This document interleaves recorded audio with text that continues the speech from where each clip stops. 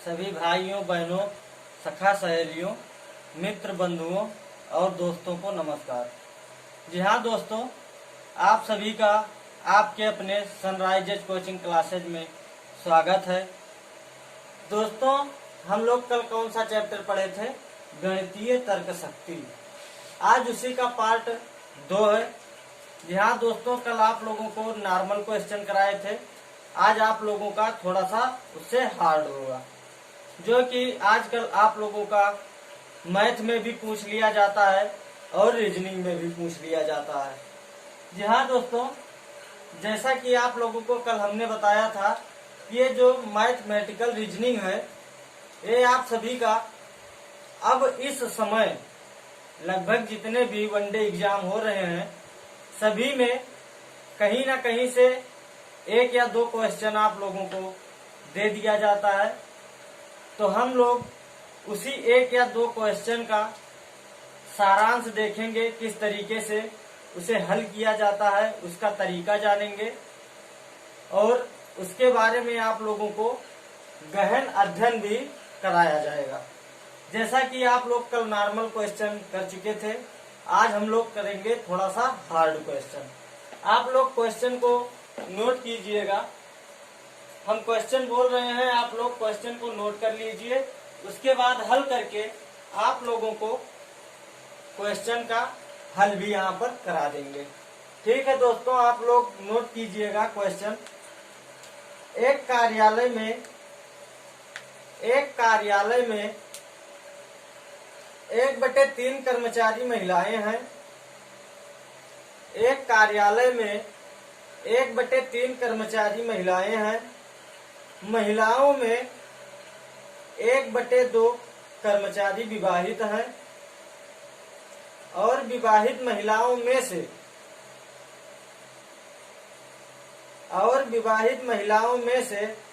1/3 के बच्चे हैं और विवाहित महिलाओं में से 1/3 के बच्चे हैं।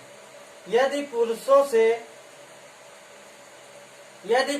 में से 3/4 विवाहित हैं,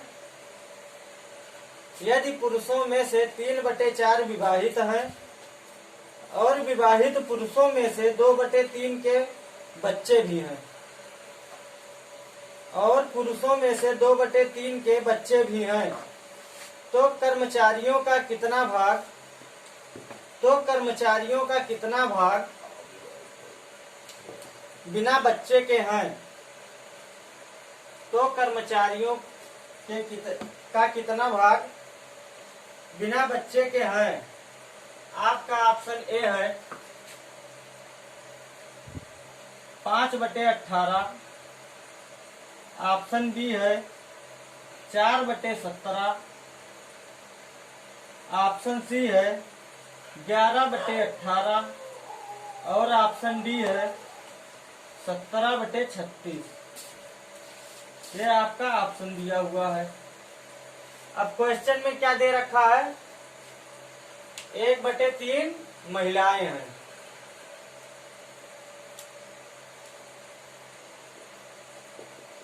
क्वेश्चन में दे रखा है 1/3 कर्मचारी महिलाएं हैं, तो शेष कितने पुरुष हुए? 2/3। ये आपके हो गए पुरुष, ये हो गई महिलाएं और ये हो गए पुरुष। जब 1/3 महिलाएं हैं तो 1 से 1/3 को माइनस करेंगे, हमारा प्राप्त होगा 2/3, जो कि पुरुष है। अब क्या दे रखा है? 1/3 महिलाओं में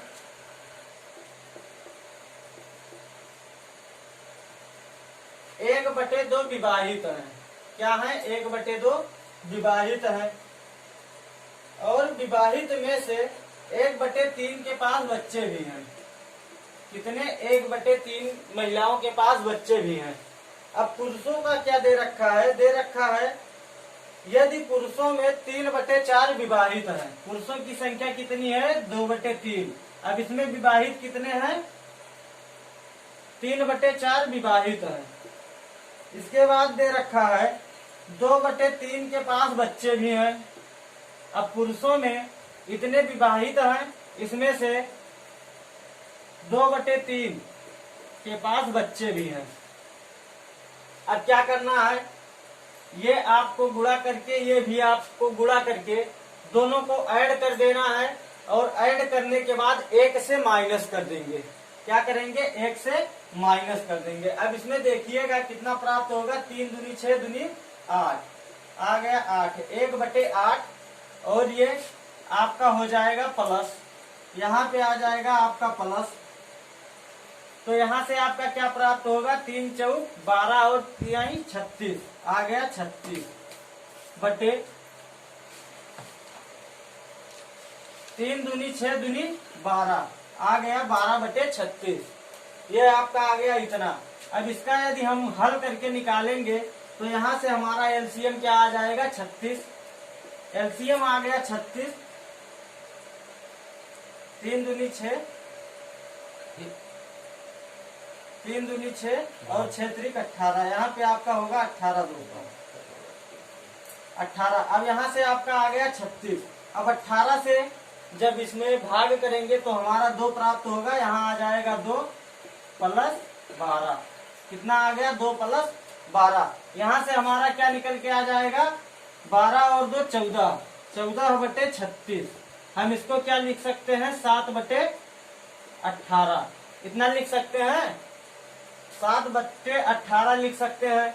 तो हमको करना क्या है, ये इतने आ गए, इतने के पास बच्चे हैं। पुरुष तथा महिलाओं दोनों का योग है। जिन पुरुषों तथा महिलाओं के पास बच्चे हैं वो आ गए 7/18। अब कितने पुरुषों और महिलाओं के पास बच्चे नहीं हैं, 1 से माइनस कर देंगे, 1 माइनस 7/18। तो यहाँ से हमारा निकल के आ जाएगा 11/18। 18 1 के 18, 18 से 7 गया, आ गया 11, और यहाँ पे आ गया 18। ये किसी ऑप्शन में है, ऑप्शन नंबर सी। एक बार इसे आप लोग फिर से देख लीजिएगा। इसमें दे रखा है किसी कार्यालय में 1/3 कर्मचारी महिलाएं हैं, शेष पुरुष हैं। तो शेष कितने हो गए, 2/3 पुरुष हो गए। इसके बाद दे रखा है 1/3 महिलाएं हैं, उनमें से 1/2 का विवाह हो चुका है, और उनमें से 1/3 के पास बच्चे भी हैं। और वही पुरुषों में दे रखा है, पुरुषों में 3/4 का विवाह हो चुका है, और उसी से 2/3 के पास बच्चे भी हैं। तो जब दोनों को निकालेंगे तो यहाँ से हमारा आ गया 1/18, और यहाँ से आ गया हमारा 12/36। जब इसका एलसीएम लेंगे तो आ जाएगा 2 प्लस 12/36। यहाँ से आगे निकल के आ जाएगा 14/36। यहाँ से 14/36 को लिख सकते हैं 7/18। अब 1 से, अर्थात कर्मचारियों की संख्या 1, तो 1 से 7/18 को माइनस कर देंगे और आ जाएगा 11/18। 11/18 कर्मचारियों के पास बच्चे नहीं हैं। क्या, 11/18 कर्मचारियों के पास बच्चे नहीं हैं। ठीक है दोस्तों, अगले क्वेश्चन की तरफ चलते हैं। अगला क्वेश्चन आप लोग नोट कीजिएगा। हाँ दोस्तों, आप लोग अगला क्वेश्चन नोट कीजिएगा। अगला क्वेश्चन है, तरुण की आयु एक पूर्णांक संख्या का घन है। तरुण की आयु एक पूर्णांक संख्या का घन है। 2 वर्ष पूर्व यह एक अन्य पूर्णांक का वर्ग था। 2 वर्ष पूर्व यह एक अन्य पूर्णांक का वर्ग था। तरुण को कितने वर्ष प्रतीक्षा करनी होगी? तरुण को कितने वर्ष प्रतीक्षा करनी होगी जब उसकी आयु फिर किसी पूर्णांक का घन हो जाए? जब उसकी आयु फिर किसी पूर्णांक का घन हो जाए। आप लोग ऑप्शन नोट कीजिएगा। ऑप्शन ए है 2 वर्ष,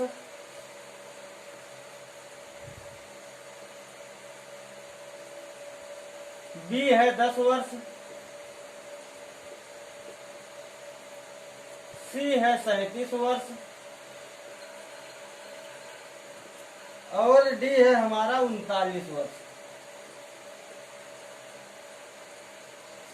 क्वेश्चन में क्या दे रखा है, तरुण की आयु इस समय एक पूर्णांक का घन है और उसी के 2 वर्ष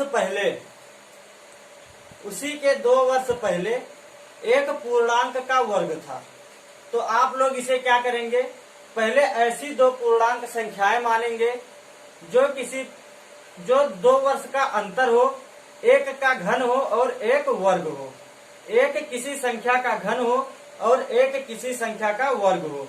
तो ऐसा कोई संख्या आएगा, 8 2 का घन तो है, लेकिन यदि हम उसके 2 वर्ष पूर्व जाएंगे 6, तो 6 क्या किसी संख्या का वर्ग है? नहीं है। इसके बाद हम आएंगे 9 3 का वर्ग है, लेकिन 3 के बाद किसी संख्या का घन 11 होगा? नहीं होगा। तो इस तरीके से मानते हुए हम पहुंचते हैं किसी संख्या का वर्ग तथा किसी संख्या का घन। हमारा किसी संख्या का घन होता है 27, 3 का घन है हमारा 27, 3 का घन क्या होगा? 27 होगा। और 5 का वर्ग कितना होगा? 25। अब यहां से हम देखेंगे अंतर कितने का है? 2 वर्ष का। यहां से निकल के हमारा आ गया 2 वर्ष। 2 वर्ष का अंतर है, जो कि आपके क्वेश्चन में दे रखा है। किसी संख्या के वर्ग तथा किसी पूर्णांक संख्या के घन का अंतर 2 वर्ष है। 2 वर्ष पूर्व किसी संख्या का वर्ग था तथा उसी के जब किसी संख्या का वर्ग क्या दे रखा है? किसी संख्या का वर्ग 2 वर्ष पूर्व था, तो उस समय उसकी आयु किसी पूर्णांक संख्या का घन है। तो यहाँ से आप लोग देख लीजिए, अब यहाँ से 27 आपका आ चुका है। इस समय उसकी आयु कितनी है? उसकी आयु है 27 वर्ष। अब इसके बाद हमको बनाना क्या है? दे रखा है इसके बाद ऐसा कौन सा आयु आएगा, कितने आयु का अंतर या कितने वर्ष का अंतर आएगा जो किसी संख्या का, किसी पूर्णांक संख्या का घन होगा। तो 3 का घन तो यहाँ पे आ चुका है। अब इसके बाद किस संख्या का घन लेंगे? 4 का। 4 का घन हमारा कितना होगा? 64। 4 का घन कितना होगा? 64। अब 64 से हम 27 को माइनस कर देंगे। क्यों माइनस करेंगे? क्योंकि हमको पूछ रखा है उसे कितने साल इंतजार करना पड़ेगा। क्वेश्चन में पूछ रखा है कि उसे कितना साल इंतजार करना पड़ेगा कि उसका फिर आयु किसी संख्या का घन हो जाए। तो घन करने के बाद 27 माइनस कर देंगे तो हमारा आ जाएगा उसे कितना साल इंतजार करना पड़ेगा, अर्थात उतने वर्ष बाद वह 4 का घन हो जाएगा। तो यहाँ से 64 से 27 को माइनस करेंगे, हमारा आ जाएगा 37। 37 किसी ऑप्शन में है? ऑप्शन नंबर आपका सी। कौन सा ऑप्शन है? Option C. आपको इसमें ध्यान के क्या देना है? ध्यान देना है जो उसकी वर्तमान आयु है वह किसी संख्या का घन है, लेकिन 2 वर्ष पहले वह किसी पूर्णांक संख्या का वर्ग था। तो 3 का घन हमारा आ जाएगा 27। हमने 2 का घन माना था, उसके पहले आया था 6। 6 किसी संख्या का वर्ग नहीं है, इसलिए हमने माना 3 का घन। 3 का घन आ गया हमारा 27। इसके बाद 5 का वर्ग होता है 25। ये हमारा 2 वर्ष का अंतर आ गया।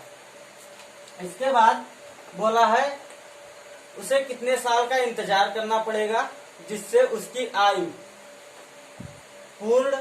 पूर्णांक का घन हो जाए। तो 4 का घन निकाल लेंगे, 64 आ गया। 64 से 27 को माइनस कर देंगे, आ गया 37। अर्थात उसे 37 साल वेट करना पड़ेगा, इंतजार करना पड़ेगा। कितने वर्ष? 37 वर्ष उसे इंतजार करना पड़ेगा। ठीक है दोस्तों, अब चलते हैं अपने अगले क्वेश्चन की तरफ।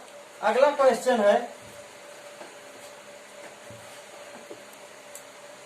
अगला क्वेश्चन नोट कीजिएगा।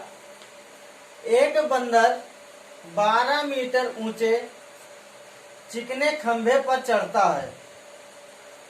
एक बंदर 12 मीटर ऊंचे चिकने खंभे पर चढ़ता है। वह पहले मिनट में 2 मीटर चढ़ता है, वह पहले मिनट में 2 मीटर चढ़ता है और अगले ही मिनट 1 मीटर नीचे फिसल जाता है, और अगले ही मिनट 1 मीटर नीचे फिसल जाता है। आगे भी इसी प्रकार का क्रम जारी रहे, आगे भी इसी प्रकार का क्रम जारी रहे तो वह कितने मिनट में खंभे के शीर्ष पर पहुंच जाएगा? तो वह कितने मिनट में खंभे के शीर्ष पर पहुंच जाएगा? आपका ऑप्शन ए है 15 मिनट, ऑप्शन बी है 21 मिनट, ऑप्शन सी है 24 मिनट और ऑप्शन डी है 20 मिनट।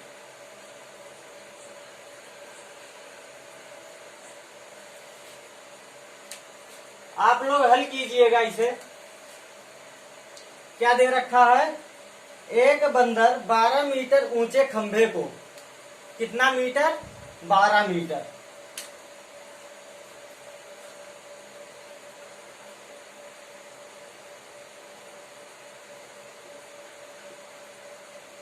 खंभे की लंबाई जो है 12 मीटर है, वह 1 मिनट में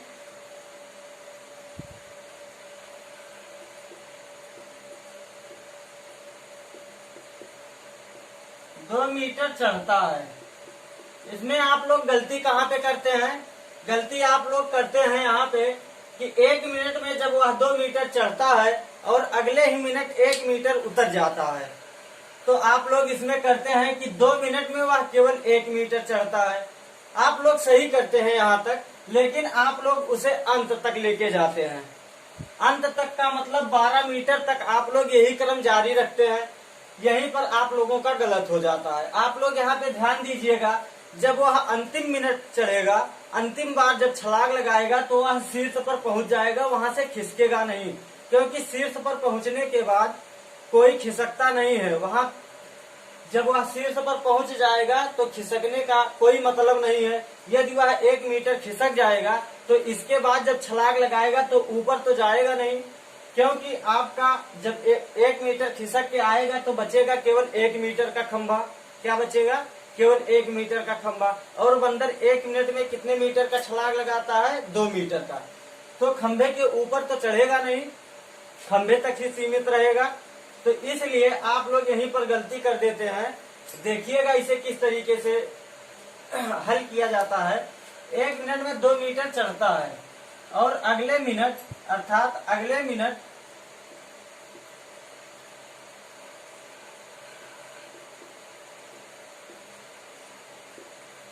1 मीटर खिसक जाता है। अब यहाँ पर आप लोग ध्यान दीजिएगा, जब वह 2 मीटर चढ़ता है तो 12 से आप 2 को माइनस कर दीजिए। क्या करेंगे? 12 से आप 2 को माइनस कर देंगे, अर्थात 10 मीटर। ये आपका बीच का, नीचे से लेकर ऊपर तक ये आपका 10 मीटर बचा है, अर्थात जो ऊपर का 2 मीटर था वो आपका निकल गया। ये आपका एक मिनट में चढ़ जाएगा। अंत में जब आपका अंतिम छलांग लगाएगा तो ये आपका अंतिम 2 मीटर चढ़ जाएगा। तो आपका बचा कितना? ये आपका हो गया 1 मिनट यहाँ पर, और बचा 10 मीटर। 10 मीटर में कितना समय लगाएगा? 10 मीटर में लगाएगा प्रत्येक मीटर में 2 मिनट, तो 10 मीटर का हो जाएगा 20 मिनट। 20 मिनट आपका ये हो गया। और अंतिम छलांग जो लगाया हुआ है, अंतिम छलांग 2 मीटर का 1 मिनट में, ये आपका हो जाएगा 1 मिनट। और इसे ऐड करेंगे, प्राप्त हो जाएगा 21 मिनट। कोई ऑप्शन में दिया हुआ है 21 मिनट। कई लोग करते हैं, आंख मूंद के देख लेते हैं, 12 मीटर दे रखा है और 1 मिनट में 2 मीटर चढ़ता है, अगले मिनट में 1 मीटर खिसक जाता है, अर्थात यहाँ से निकल के आता है 2 मिनट में 1 मीटर चढ़ता है। जब 2 मिनट में 1 मीटर चढ़ता है तो 12 मीटर चढ़ने में 24 मिनट लगाएगा। ये आपका हो जाएगा गलत, क्योंकि आपका जो 10 मीटर तो चढ़ेगा 2 मिनट में 1 मीटर के दर से, लेकिन जब आपका अगला छलांग लगाएगा 21वां मिनट का, तो वह 2 मीटर ऊपर चढ़ जाएगा। ठीक है दोस्तों, ये आपका हो गया कंप्लीट क्वेश्चन। अब अगला क्वेश्चन आप लोग देखिएगा। अगला क्वेश्चन नोट कीजिएगा। एक घोड़े और उतनी ही संख्या में आदमी कहीं जा रहे हैं। ये आपका आ गया सिर और पैर। जहां पर आपको सिर गिनना हो या पैर की संख्या दे दी गई हो, आपको व्यक्तियों या घोड़ों या खच्चरों की संख्या, कोई भी संख्या आपसे पूछ ली जाए, आपको संख्या बतानी होगी। तो नोट कीजिएगा क्वेश्चन। एक घोड़े और उतनी ही संख्या में आदमी कहीं जा रहे हैं।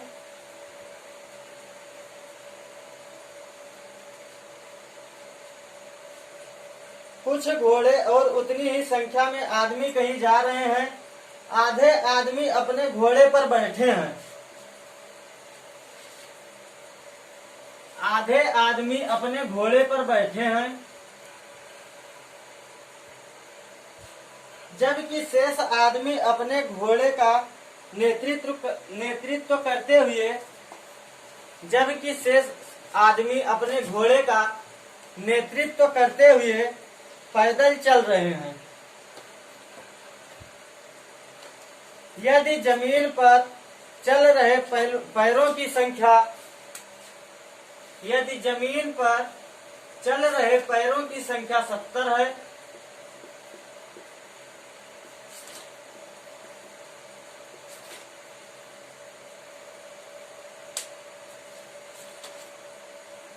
तो बताइए कि घोड़ों की संख्या कितनी है।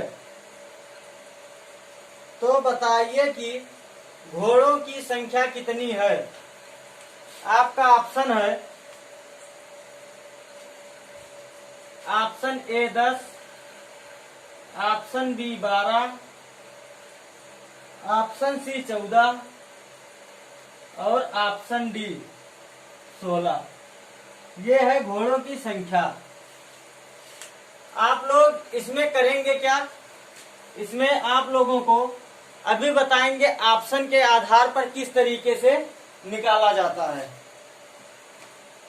यदि ऑप्शन के तरीके से आप लोग इसे हल करेंगे तो आप लोगों को आसानी होगी, जिससे आपका समय बहुत बचेगा। यदि आपके क्वेश्चन पेपर में पूछ लिया जाए तो आप लोग ऑप्शन के हिसाब से हल कीजिएगा, जिससे आप लोगों का कम से कम समय लगेगा। और यदि आप लोग बेसिक के तरीके से हल करेंगे तो समय ज्यादा लगेगा।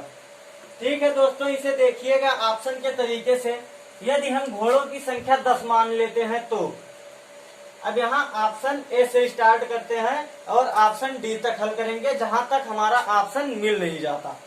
यदि हम घोड़ों की संख्या 10 मान लेते हैं तो 10 घोड़े होंगे तो पैरों की संख्या कितनी होगी? 40। लेकिन जितने घोड़े हैं उतने ही आदमी हैं। क्या है? जितने घोड़े हैं उतने ही आदमी हैं, जबकि आधे आदमी अपने घोड़े पर सवार हैं और आधे अपने घोड़े का नेतृत्व करते हुए पैदल चल रहे हैं। तो किनका पैर दिखाई देगा? जो पैदल चल रहे हैं, केवल उनका। यदि घोड़े 10 होंगे तो आदमियों की संख्या कितनी होगी? 5। पैदल चलने वाले आदमियों की संख्या होगी 5। तो यहाँ आ जाएगा 5। तो 5 आदमी के कितने पैर होंगे? 10। यहाँ से आपका आ जाएगा 50। कितना पैर दे रखा है? 70। ये आपका हो गया गलत ऑप्शन ए। अब देखते हैं 12 पर। जब 12 घोड़े थे तो यहाँ पर पैरों की संख्या कितनी थी? 48। 12 घोड़े 48 पैर। तो आदमी कितने होंगे? पैदल चलने वाले आदमी होंगे 6। हो जाएगा 12। यहाँ से निकल के कितना आ रहा है? 7। ये भी ऑप्शन हो गया गलत। अब ऑप्शन सी पर देखते हैं। ऑप्शन सी पर आप लोगों को दे रखा है 14। अर्थात जब 14 घोड़े थे तो 14 घोड़ों के पैरों की संख्या कितनी होगी? 56।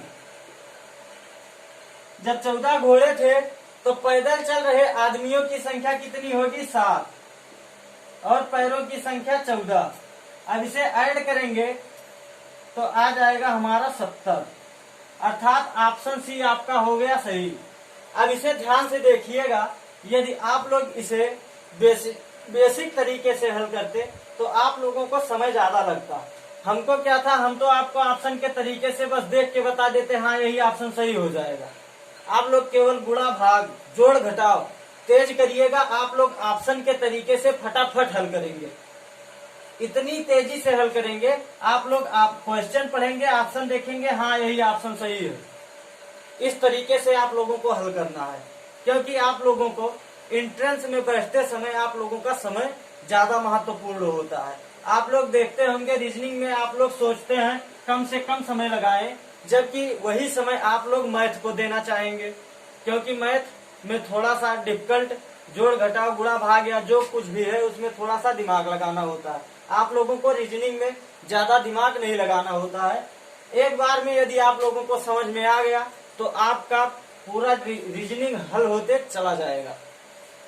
अब इसे देखिएगा, यदि आप लोग इसे बेसिक तरीके से हल करते तो इसमें क्या होता।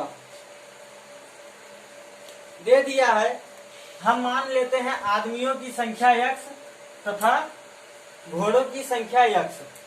तो आदमी जब x है, कितने पैदल चल रहे हैं, x/2। पैरों की संख्या कितनी होगी, 2, प्लस क्या करते, अब इसी में जो घोड़े हैं, घोड़ों की संख्या भी आदमियों की संख्या के बराबर है, गुणे यहाँ पे होगा 4, क्योंकि जितने घोड़े हैं उनके पैरों की संख्या 4 होगी, बराबर हो जाएगा 70।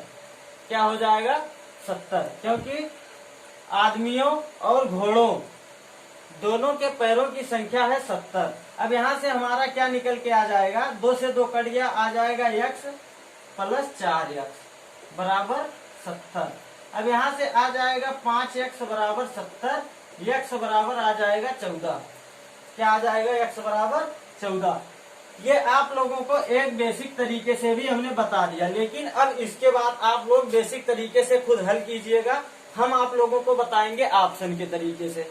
ऑप्शन के आधार पर आप लोगों का समय ज्यादा बचेगा, क्योंकि आप लोग ऑप्शन देखे, यदि कोई क्वेश्चन समझ में ना आ रहा हो, x किस तरीके से रखे, पैरों की संख्या किस तरीके से रखे या सिर की संख्या किस तरीके से रखे, तो आप लोग डायरेक्ट ऑप्शन पे बस ऑप्शन देखते जाइए, पैरों की संख्या या सिरों की संख्या आप लोग गिनते जाइए।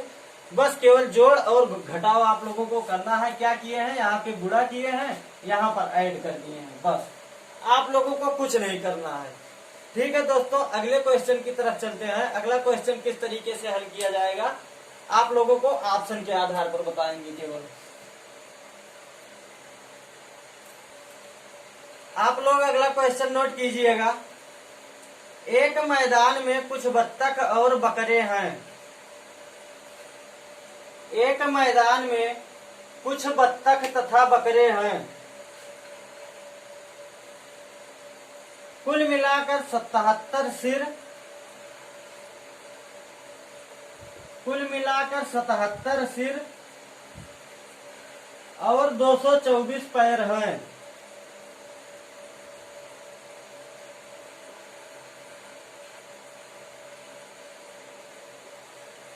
कुल मिलाकर 77 सिर और 224 पैर हैं। बत्तखों की संख्या कितनी है, बत्तखों की संख्या कितनी है। अब आपका ऑप्शन दे रखा है A 42, B 30, C 32, D 47।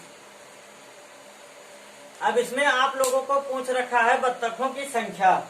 सिरों की संख्या कितनी दे रखी है, 77। सिरों की संख्या है 77 और पैरों की संख्या है 224।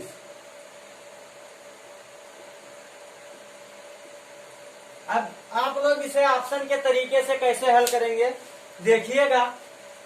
इसमें दे रखा है, ऑप्शन ए दे रखा है 42। जब 42 बत्तख थे तो उनके पैरों की संख्या कितनी हो जाएगी,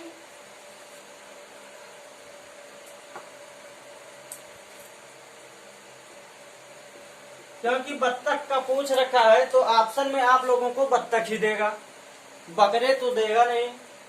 तो बत्तख जब 42 थे तो पैरों की संख्या हो जाएगी 84।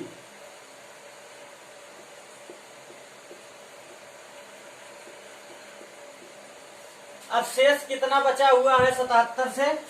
77 से 42 को घटाएंगे तो हमारा प्राप्त हो जाएगा 35। अब जब 35, ये क्या है, 35 बकरे हैं। जब 42 हम यहाँ से मान लेंगे बत्तख, तो यहाँ से बकरों की संख्या आ जाएगी 35। तो 35, एक बकरे के कितने पैर होते हैं? 4। तो यहाँ 35 गुणे 4 कर देंगे तो कितना प्राप्त होगा? 5 चौक 20, 5 तिया 15, 4 तिया 12, 20 14। यहाँ से पैरों की संख्या आ जाएगी 140। बत्तख 42 हमने यहाँ ऑप्शन से ऑप्शन ए रख लिया, 42 आ गया और पैर आ गया 84। उसी ऑप्शन से हमने क्या किया, जब 77 से 42 को माइनस करेंगे तो 35 आ जाएगा। 35 बकरे थे तो पैरों की संख्या 240। अब इसे ऐड करके देखिएगा कितना आ रहा है, 77 तो आ रहा है। क्या ये पैरों की संख्या 224 आ रहा है? यदि 224 आ रहा है तो आपका ऑप्शन ए सही है। अब यहाँ से देखिएगा, आ गया 4, 8 4 12 के 2, हाथ आया 1, 1 1 2, अर्थात पैरों की संख्या 224 आ गया और सिरों की संख्या 77 आ गया। आपका कौन सा ऑप्शन हो गया? ऑप्शन ए सही हो गया। अब इन तीनों को हल करने की जरूरत नहीं है क्योंकि आपका ऑप्शन ए ही सही आ गया है, तो तीनों को हल करने की जरूरत नहीं है। और यदि और कोई ऑप्शन, ये ऑप्शन नीचे दे दिया होता, ये ऑप्शन दिया होता, तो इसी तरीके से आप लोग उस भी ऑप्शन को हल कर सकते हैं। ठीक है दोस्तों, अगले क्वेश्चन की तरफ चलते हैं। अगला क्वेश्चन आप लोग लिखिएगा, एक बस जब चली तो एक बस जब चली तो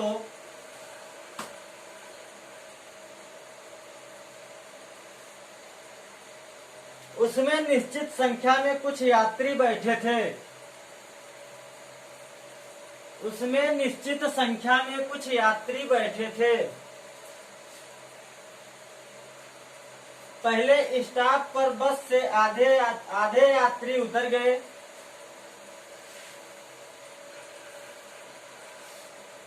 पहले स्टॉप पर बस से आधे यात्री उतर गए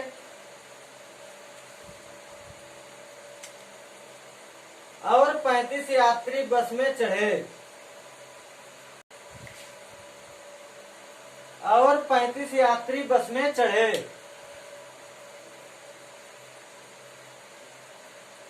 दूसरे स्टॉप पर 1/5 यात्री उतर गए।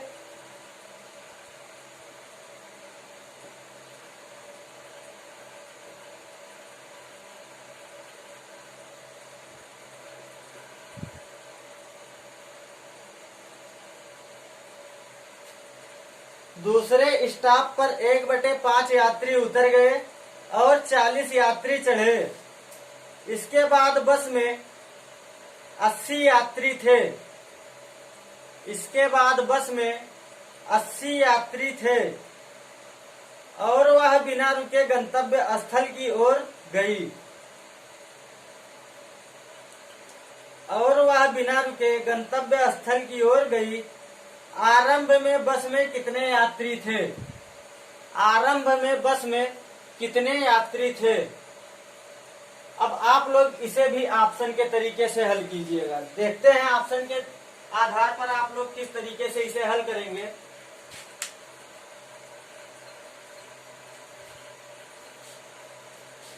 दे रखा है, पहले बस स्टॉप पर 1/2 यात्री उतर गए।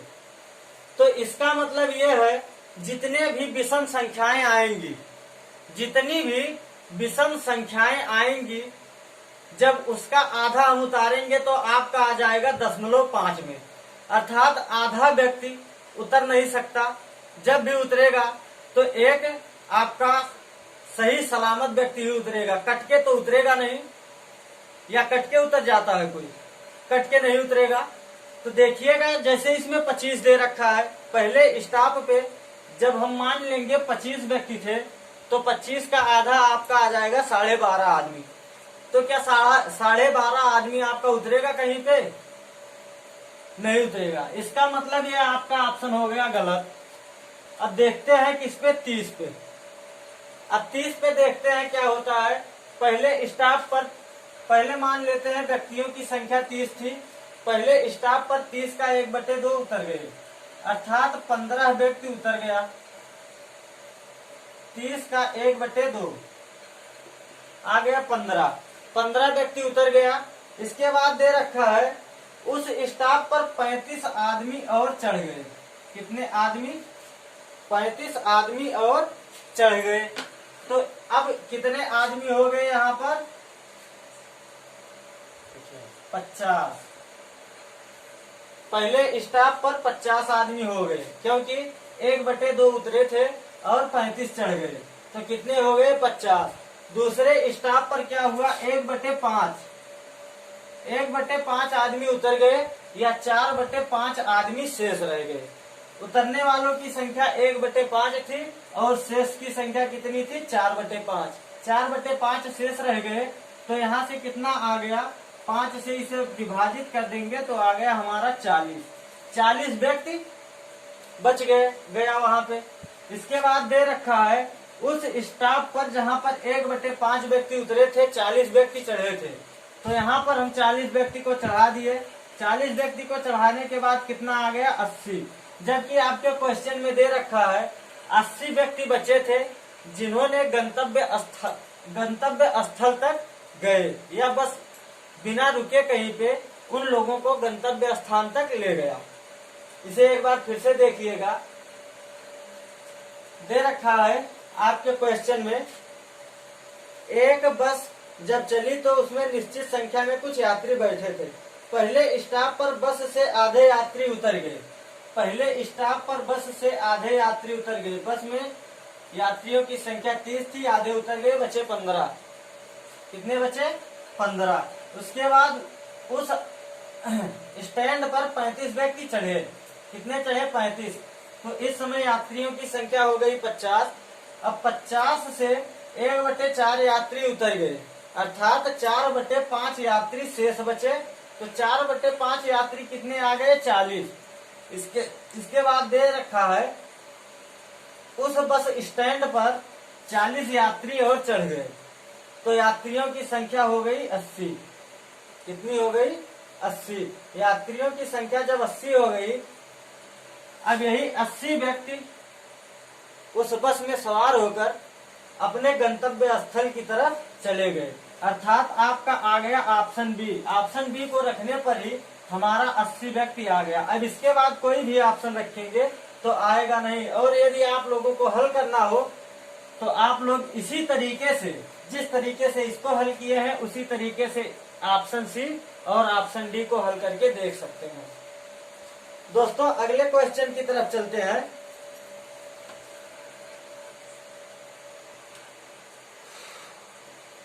आप लोग अगला क्वेश्चन नोट कीजिएगा। एक बस पुरुषों तथा उसकी आधी संख्या के बराबर, एक बस पुरुषों तथा उसकी आधी संख्या के बराबर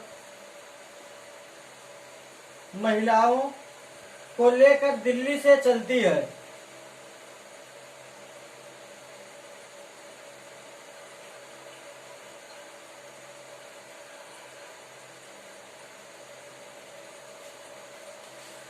एक बस पुरुषों तथा उसकी आधी संख्या के बराबर महिलाओं को लेकर दिल्ली से चलती है।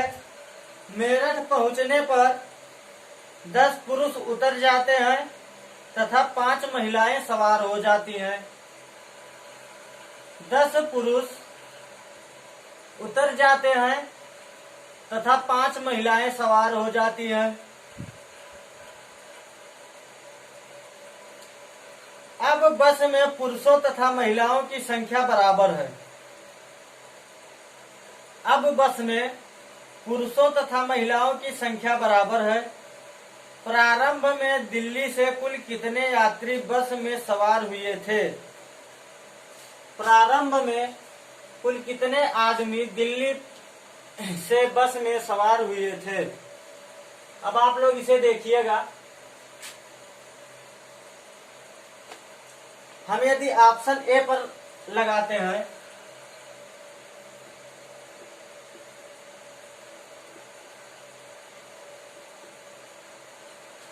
पुरुष जो है 2 है तो महिला 1 है।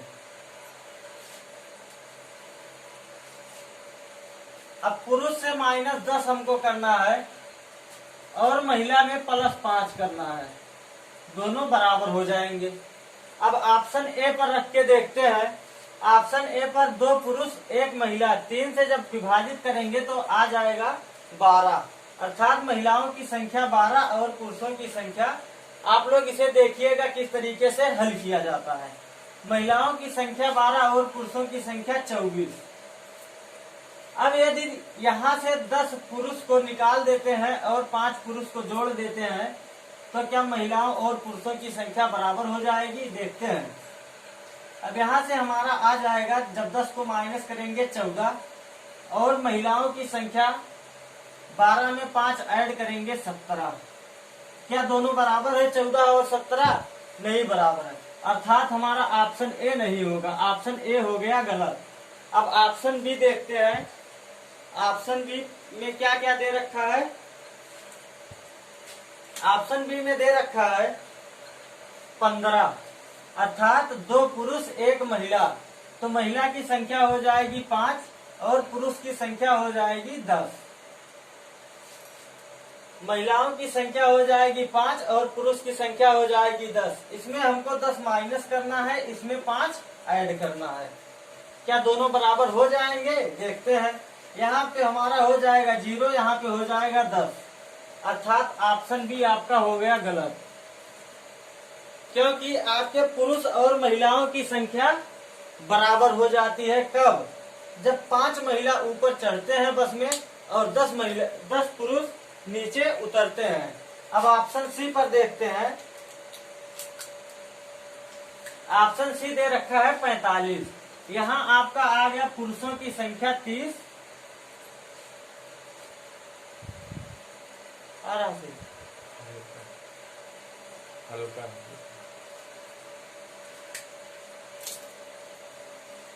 पुरुषों की संख्या यहाँ से ऑप्शन सी से आ जाएगा 30 और महिलाओं की संख्या आ जाएगा 15। तो हमको करना क्या है?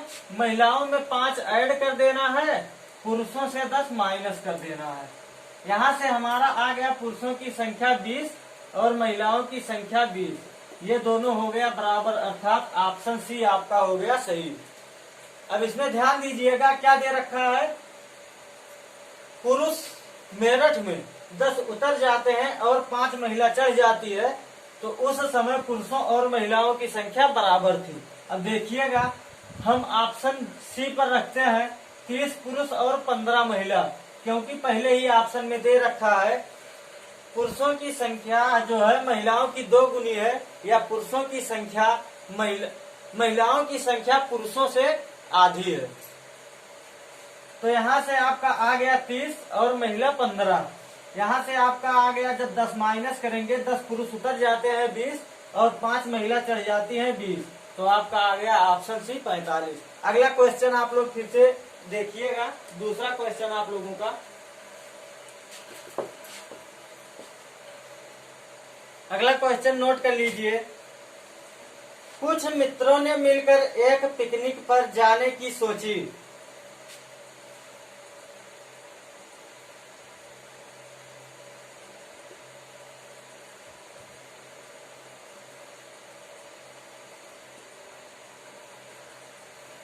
कुछ मित्रों ने मिलकर एक पिकनिक पर जाने की सोची तथा खाने पर 96 रुपया खर्च करने का प्लान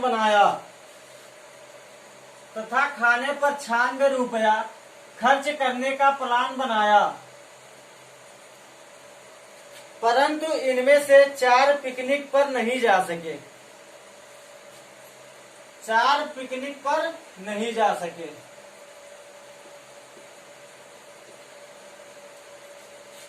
परिणाम स्वरूप प्रत्येक को 4 रुपया अधिक देने पड़े। परिणाम स्वरूप प्रत्येक को 4 रुपये अधिक देने पड़े तो कितने लोग पिकनिक पर गए? 4 लोग पिकनिक पर नहीं गए तो परिणाम स्वरूप प्रत्येक को 4 रुपये अधिक देने पड़े तो कितने लोग पिकनिक पर गए? अब इसे ऑप्शन ए पर रखकर देखते हैं। यदि ऑप्शन ए 8 लोग पिकनिक पर गए, 8 लोग पिकनिक पर गए तो प्रत्येक का खर्च कितना आ जाएगा? 8 लोग जब पिकनिक पर गए तो प्रत्येक का खर्च आ जाएगा 8 एक्के 8, 8 दूनी 16, 12 रुपए। लेकिन क्या दे रखा है? यदि 4 लोग और पिकनिक पर गए होते अर्थात 12, तो खर्च कितना आता? 8। अब देखिए जो आपका रुपया है उसमें अंतर कितने का? 4 का आना चाहिए, क्योंकि 4 लोग जब पिकनिक पर नहीं गए तो 4 रुपये प्रत्येक को अधिक देने पड़े। तो यहाँ से आपका निकल के कितना आ रहा है? 4। अर्थात आपका ऑप्शन ए सही हो गया। कौन सा ऑप्शन? ऑप्शन ए सही हो गया। दे रखा है कुछ मित्र ने मिलकर एक पिकनिक पर जाने की सोची तथा खाने पर 96 रुपये खर्च करने का प्लान बनाया। कितना रुपए? 96 रुपये खर्च करने का प्लान बनाया, परंतु इनमें से 4 पिकनिक पर नहीं गए, 4 नहीं गए। परिणाम स्वरूप प्रत्येक को 4 रुपये अधिक देने पड़े, प्रत्येक को 4 रुपये अधिक देने पड़े तो कितने लोग पिकनिक पर गए? अब ऑप्शन पर रखते हैं। ऑप्शन 8 पहला है। यदि 8 लोग पिकनिक पर गए तो प्रत्येक का खर्च आ गया 12। लेकिन क्या दे रखा है? 4 लोग नहीं गए। यदि 4 लोग गए होते तो प्रत्येक का खर्च 4 रुपया कम हो जाता। तो यहाँ पर हम रख दिए 12, 8 में प्लस 4 कर दिए 12, तो खर्च आपका कितना कम हो जाएगा? 4 रुपये। यही आपका निकल के आना था। अब यदि यही ऑप्शन यहाँ कहीं पे दिया होता तो इसी तरीके से आप लोग उसे हल करते, इसके बाद ऑप्शन वहां पर पहुंचते। लेकिन आप लोगों को जोड़ घटाव गुणा और भाग इतना तेज करना है कि आप लोग ऑप्शन को देख के मन ही मन में गुणा और भाग कर ले जाएं। तब तो आप लोगों को ये पढ़ाने का कोई मतलब है ऑप्शन के आधार पर। नहीं तो आप लोग बेसिक के आधार पर ही लगाइएगा, क्योंकि यदि आप लोग ऑप्शन के आधार पर कोई भी क्वेश्चन हल करेंगे तो उसमें आप लोगों का जोड़ घटाव गुणा और भाग बहुत ही फास्ट होना चाहिए, जिससे आप लोगों का यदि एक ऑप्शन पर लगाना हो तो ज्यादा से ज्यादा 8 से 10 सेकेंड, एक ऑप्शन पे ज्यादा से ज्यादा 8 से 10 सेकेंड आप लोगों का गुणा भाग इतना तेज होना चाहिए कि 10 सेकेंड में आप लोग एक ऑप्शन कंप्लीट कर ले जाए। और ऐसे क्वेश्चन आ जाएं जिस तरीके से ये क्वेश्चन है, तो इस क्वेश्चन को आप लोगों को ज्यादा से ज्यादा 15 सेकेंड लगना चाहिए, ज्यादा से ज्यादा 15 सेकेंड, क्योंकि इसमें कुछ नहीं है। इतनी आसान क्वेश्चन आप लोगों को दिया हुआ है, बस केवल थोड़ा सा घुमा दिया है। क्या किया है? थोड़ा सा घुमा दिया है। ठीक है दोस्तों, आप लोग एक क्वेश्चन लिखिएगा, उसे आप लोग खुद हल करेंगे। आप लोगों का क्वेश्चन है, यदि 5 से भाग होने वाली सभी संख्याओं, यदि 5 से भाग होने वाली सभी संख्याओं और जिनमें इकाई अंक 5 आता है, यदि 5 से भाग होने वाली सभी संख्याओं और जिनमें इकाई अंक 5 आता है, उनमें से 1 से 50 के बीच में 5 का अंक हटा दिया जाए,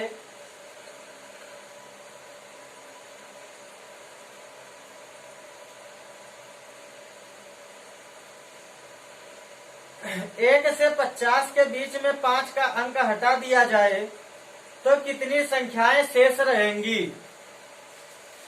ऑप्शन आप लोगों को बता दे रहे हैं। ऑप्शन ए है 38, ऑप्शन बी है 41, ऑप्शन सी है 40, और ऑप्शन डी है 42। आप लोग इसे हल कीजिएगा और यदि समझ में ना आए तो आप लोग कमेंट बॉक्स में कमेंट कर दीजिएगा। अगला कोई भी चैप्टर हम पढ़ाते रहेंगे उसी में ये क्वेश्चन बता देंगे। ठीक है दोस्तों, आप लोग क्वेश्चन हल कीजिएगा। ऑप्शन ए है 38, ऑप्शन बी है 41, ऑप्शन सी है 40, ऑप्शन डी है 42। आज आपका गणितीय तर्क शक्ति अर्थात मैथमेटिकल रीजनिंग समाप्त हुआ। कल आप लोगों को दूसरा चैप्टर एक नए तजुर्बे और नए जोश के साथ पढ़ाया जाएगा। यहाँ दोस्तों आप लोगों को यदि वीडियो पसंद आए तो लाइक कर दीजिएगा और दोस्तों के पास सब्सक्राइब कर दीजिएगा जिससे वो लोग भी पढ़ सके।